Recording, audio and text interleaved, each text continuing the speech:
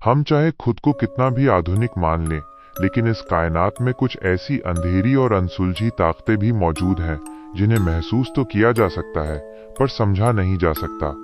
जब इंसान अपनी जिज्ञासा के वश में होकर सीमा लांघता है, तब उसका सामना उस सच्चाई से होता है जो रोंगटे खड़े कर देती है। भारत के कई ऐसे इलाके हैं जो आज भी चीखों, सन्नाटों और अजीबोगरीब घटनाओं को अपने सीने में दफनाए बैठे हैं। आज जो कहानी मैं आपको बताने जा रहा हूँ, वो कोई काल्पनिक कथा नहीं, बल्कि उत्तराखंड के पहाड़ों में घटी एक बिल्कुल सच्ची और खौफनाक घटना पर आधारित है। ये कहानी उन 3 दोस्तों की है जिन्होंने भूतिया बातों को सिर्फ एक अफवाह समझा था, लेकिन एक काली रात ने उनकी पूरी जिंदगी और सोच को बदल कर रख दिया। तो शुरू करते हैं आज की कहानी। साल 2018 के अक्टूबर का महीना था। पहाड़ों पर गुलाबी ठंड ने दस्तक दे दी थी। राहुल, जो पेशे से एक ट्रैवल ब्लॉगर था, अपने 2 जिगरी दोस्तों रोहन और विक्रम के साथ मसूरी के सफर पर निकला था। राहुल को अक्सर ऐसी जगहों पर जाने का शौक था जो आम पर्यटकों की पहुंच से दूर और रहस्यमयी हों। इंटरनेट पर खोजते समय उसकी नज़र मसूरी के पास स्थित लंबी देहार माइंस पर पड़ी। 1990 के दशक में यहां चूने की खदान में काम करने वाले लगभग 50,000 मजदूरों की दर्दनाक और अस्वाभाविक मौतों के बाद इस जगह को हमेशा के लिए वीरान घोषित कर दिया गया था।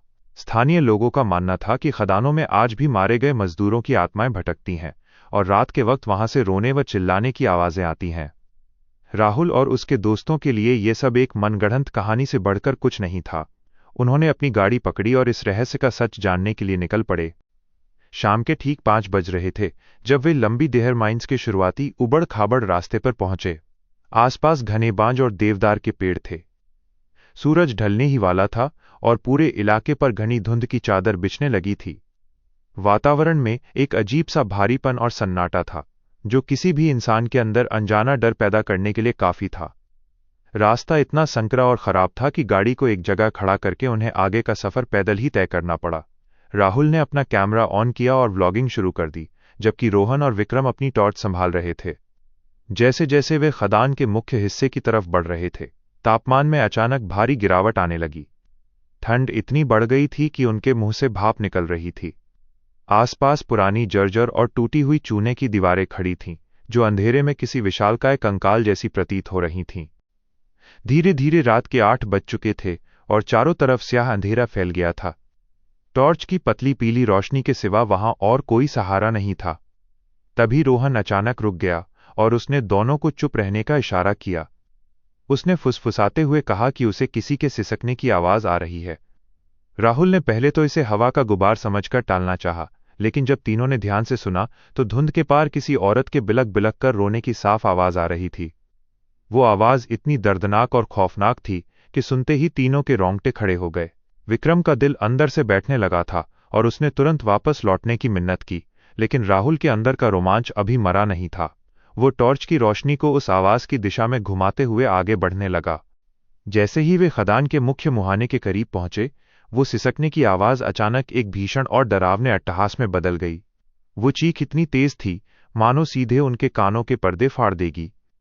उसी पल उनके हाथों में मौजूद टॉर्च की रोशनी अजीब तरह से टिमटिमाने लगी और राहुल का कीमती डिजिटल कैमरा अपने आप बंद हो गया। हवा में अचानक एक असहनीय सड़ी हुई बदबू फैल गई, जैसे कोई बरसों पुराना शव आसपास पड़ा हो।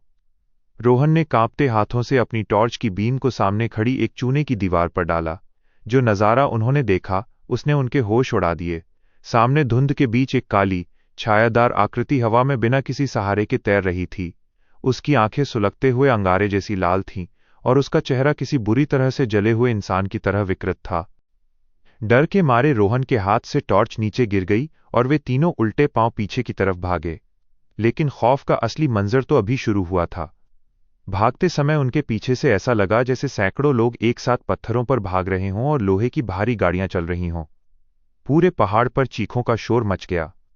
घने अंधेरे और धुंध के कारण वे अपना रास्ता भटक गए। ऐसा लग रहा था मानो वे जिस रास्ते से आए थे वो गायब हो चुका है और वे एक ही जगह पर गोल गोल घूम रहे हैं।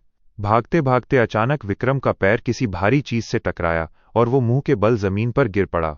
जब राहुल और रोहन उसे उठाने के लिए मुड़े तो उन्होंने देखा कि एक अदृश्य और ताकतवर साया विक्रम के पैरों को पकड़कर खदान की गहरी गुफा की तरफ खींच रहा था। विक्रम दर्द और दहशत से पागलों की तरह चिल्ला रहा था। राहुल और रोहन ने अपनी पूरी ताकत लगाकर विक्रम के हाथों को पकड़ा और उसे अपनी तरफ खींचने लगे। कुछ सेकंड तक ऐसा लगा जैसे वे किसी गैर इंसानी ताकत से रस्साकशी कर रहे हों। आखिरकार ईश्वर का नाम लेते हुए उन्होंने विक्रम को उस अदृश्य पकड़ से छुड़ा लिया। विक्रम के पैर पर 5 उंगलियों के गहरे नीले और जले हुए निशान बन चुके थे। बिना एक भी पल गंवाए राहुल और रोहन ने विक्रम को अपने कंधों पर उठाया और बदहवास हालत में जंगल के रास्ते से बाहर की तरफ भागे। पीछे से आ रही चीखें और कदमों की आहट उनका पीछा कर रही थीं। लगभग आधे घंटे की जानलेवा दौड़ के बाद वे किसी तरह मुख्य सड़क पर अपनी गाड़ी तक पहुंचे। राहुल ने कांपते हाथों से गाड़ी की चाबी लगाई और जितनी तेज हो सके गाड़ी को मसूरी शहर की तरफ दौड़ा दिया। जब वे टपकेश्वर मंदिर के पास पहुंचे और चहल पहल वाली रोशनी देखी, तब जाकर उनके जिस्म में जान वापस आई। विक्रम की हालत इतनी बिगड़ चुकी थी कि उसे तुरंत देहरादून के एक अस्पताल में भर्ती कराना पड़ा, जहां वो 3 दिनों तक तेज बुखार और सदमे में रहा। डॉक्टर उसके पैर पर बने उन अजीब निशानों का कोई डॉक्टरी जवाब नहीं दे सके। इस घटना के कुछ दिनों बाद जब राहुल ने हिम्मत जुटाकर अपने बंद पड़े कैमरे का मेमोरी कार्ड अपने लैपटॉप में लगाया तो उसमें खदान का कोई भी वीडियो रिकॉर्ड नहीं हुआ था। पूरे कार्ड में सिर्फ एक 30 सेकंड की ऑडियो फाइल थी, जिसमें हवा के शोर के बीच एक बेहद भारी और डरावनी आवाज में सिर्फ एक ही वाक्य बार बार दोहराया जा रहा था, तुम यहां से कभी वापस नहीं जा सकते। उस रात के बाद से राहुल ने हॉरर व्लॉगिंग और ऐसी जगहों पर जाना हमेशा हमेशा के लिए छोड़ दिया। लंबी देहर माइंस की वो खौफनाक रात आज भी उन तीनों दोस्तों के दिलो दिमाग में एक गहरे जख्म की तरह ताज़ा है। तो दोस्तों, ये थी आज की खौफनाक कहानी। अगर इस कहानी ने आपकी नींद उड़ाई हो तो वीडियो को लाइक जरूर करना और चैनल को सब्सक्राइब कर लो, क्योंकि ऐसी ही और भी डरावनी कहानियां आने वाली हैं।